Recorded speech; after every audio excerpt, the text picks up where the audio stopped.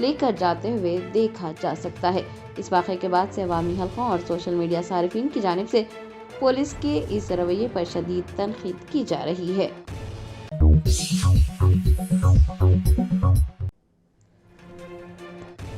سابق وزیر و BRS MLA T Harish Rao کی رہائش گاہ پر رکشا بندھن کا تہوار انتہائی جوش و خروش کے ساتھ منایا گیا۔ مختلف علاقوں سے آنے والی عوام اور خواتین رہنماؤں نے ہریش راؤ کو راکھی باندھی۔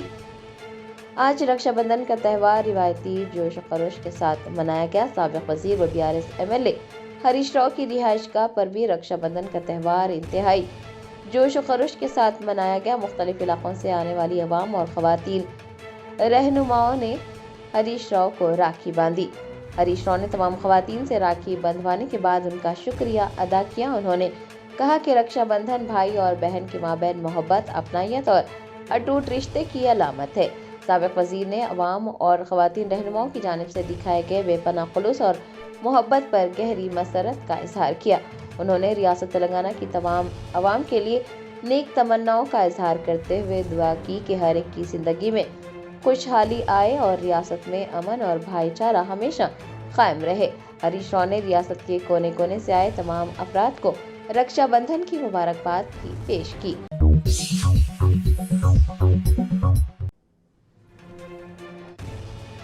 سعودی عرب کے شہر مکہ مکرمہ میں شدید طوفانی بارش اور گرج چمک کے دوران کلاک ٹاور پر آسمانی بجلی گرنے کا واقعہ پیش آیا۔ سوشل میڈیا پر وائرل ہونے والے ویڈیوز اور تصاویر میں بجلی کو کلاک ٹاور کے بلند ترین حصے اور سنہرے ہلال سے ٹکراتے ہوئے دیکھا جا سکتا ہے۔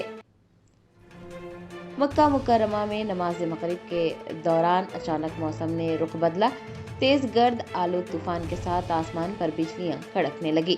اس دوران حرم مکی کے قریب واقع دنیا کی بلند ترین عمارات میں شامل مکہ کلاک ٹاور پر آسمانی بجلی گرنے کا واقعہ پیش آیا اور یہ کیمروں میں قید ہو گیا۔ اس کے ویڈیوز سوشل میڈیا پر وائرل ہو رہے ہیں۔ وائرل ویڈیوز میں دیکھا جا سکتا ہے کہ بادلوں کے درمیان بجلی کی ایک شدید لہر براہ راست کلاک ٹاور کے سب سے اوپر لگے ہلال سے آ ٹکرائی اور پورا آسمان روشنی سے جگمگا اٹھا۔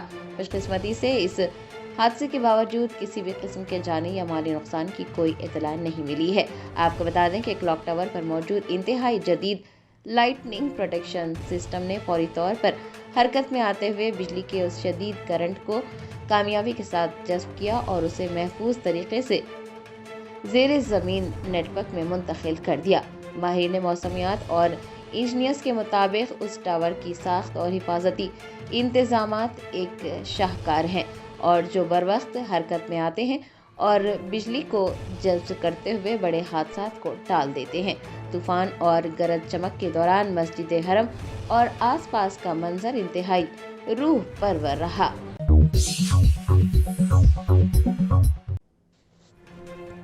تلنگانہ میں اینٹی کرپشن بیورو کے عہدیداروں نے کانکنی کے محکمے کے ایک افسر کے گھر پر چھاپے مارے اور کروڑوں روپے کے غیر قانونی اثاثے ضبط کر لیے۔ اینٹی کرپشن بیورو کے عہدیداروں کی جانب سے ایک بڑی کارروائی کی گئی۔ ACB ورنگل رینج نے جے شنکر بھوپال پلی ضلع کے assistant director of mines and geology Boja Jaya Raju کے خلاف آمدنی سے زائد اثاثے رکھنے کا مقدمہ درج کیا۔ ملزم افسر کے پاس ورنگل میں deputy director mines and geology کا اضافی چارج بھی تھا۔ ACB کی ٹیموں نے ملزم افسر اور اس کے رشتہ داروں اور قریبی ساتھیوں سے جڑے حیدرآباد اور ورنگل سمیت مختلف مقامات پر بیک وقت چھاپے مارے تھے۔ ابتدائی تحقیقات اور تلاشی کے دوران افسر کے پاس سے کروڑوں روپے مالیت کے منقولہ اور غیر منقولہ اثاثوں کا انکشاف ہوا۔ سرکاری دستاویزات کے مطابق ضبط کیے گئے اثاثوں کی کل مالیت 3,06,53,177 روپے بتائی گئی ہے، جبکہ بازار میں ان کی اصل قیمت 50 کروڑ روپے سے زائد ظاہر کی جا رہی ہے۔ ACB کی جانب سے جن اثاثوں کی تفصیلات سامنے آئی ہیں ان میں حیدرآباد کے علاقے بورڈپل میں ایک G+2 عمارت، KPHB کالونی حیدرآباد میں ایک فلیٹ، کیسرا، تنگاتورتی، توپران اور سوریا پیٹ میں 5 قیمتی پلاٹس، جنگاؤں میں 3.2 ایکڑ زرعی اراضی، اس کے علاوہ 10,03,640 روپے نقد رقم، 629 گرام سونا، 3 4 پہیے اور 2 2 پہیے والی گاڑیاں، LIC میکس لائف اور پوسٹ آفس کی بچت کے علاوہ 3 بینک اکاؤنٹس میں 71 لاکھ روپے سے زائد کی نقدی اور دیگر گھریلو قیمتی سامان شامل ہے۔ محکمہ امداد بدعنوانی کے حکام کا کہنا ہے کہ ملزم افسر نے اپنے منصب کا غلط استعمال کرتے ہوئے بدعنوانی کے ذریعے یہ تمام جائیدادیں اور اثاثے بنائے ہیں۔ تفتیش میں مزید تیزی لائی جائے گی اور اس بات کی بھی جانچ کی جائے گی کہ ان کے ساتھ اور کون کون ملوث ہے۔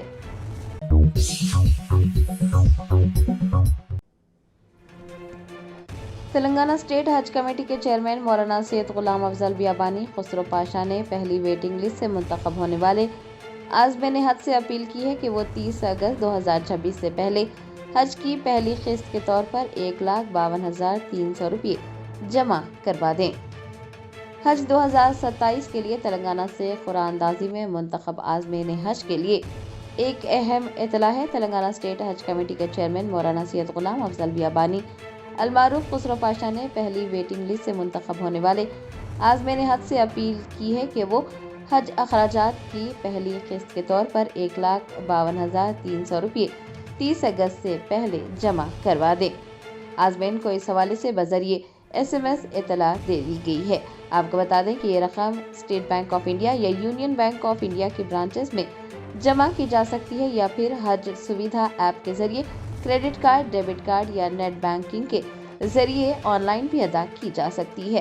حج کمیٹی کے اعداد و شمار کے مطابق حج 2027 کے لیے کل 11,708 درخواستیں موصول ہوئی تھی اور تلنگانہ کا مقرر کردہ کوٹا 5,594 عازمین کا ہے، جس کے بعد 6,114 درخواست گزار ویٹنگ لسٹ میں شامل ہیں۔ آپ کو یہ بھی یاد دلا دیں کہ سلیکشن ممبئی میں قائم حج کمیٹی آف انڈیا کی جانب سے 30 جولائی کو ڈیجیٹل قرآن اندازی کے ذریعے عمل میں لایا گیا تھا۔ کسی بھی قسم کی رہنمائی یا مدد کے لیے عازمین حج نامپلی میں واقع حج ہاؤس میں قائم تلنگانہ اسٹیٹ حج کمیٹی کے دفتر سے رجوع ہو سکتے ہیں یا پھر دفتر کے اوقات میں رابطہ کر سکتے ہیں۔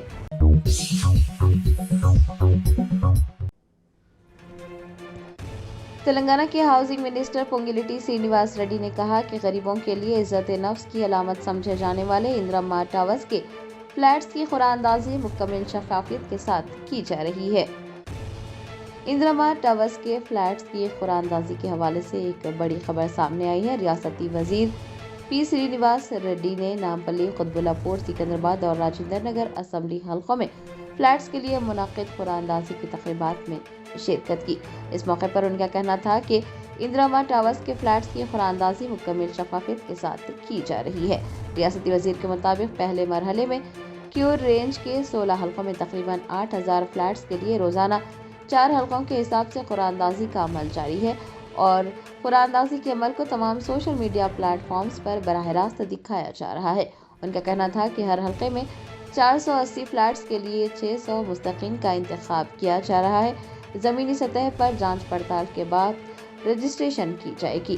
پی سرینیواس ریڈی نے کہا کہ حکومت کا مقصد غریب خاندانوں کو کروڑوں روپے مالیت والے علاقوں میں رہائش فراہم کرنا ہے۔ بتایا جاتا ہے کہ قرآن اندازی میں منتخب ہونے والے استفادہ کنندگان کو فلیٹس کی رجسٹریشن بالکل مفت فراہم کی جائے گی، جبکہ 10 سال بعد وہ ضرورت پڑنے پر اپنا مکان بھی فروخت کر سکیں گے۔ ہر فلیٹ تقریباً 525 مربع فٹ رقبے پر مشتمل ہوگا، جس کے ساتھ 17 سے 20 گز زمین کا حصہ بھی شامل ہوگا۔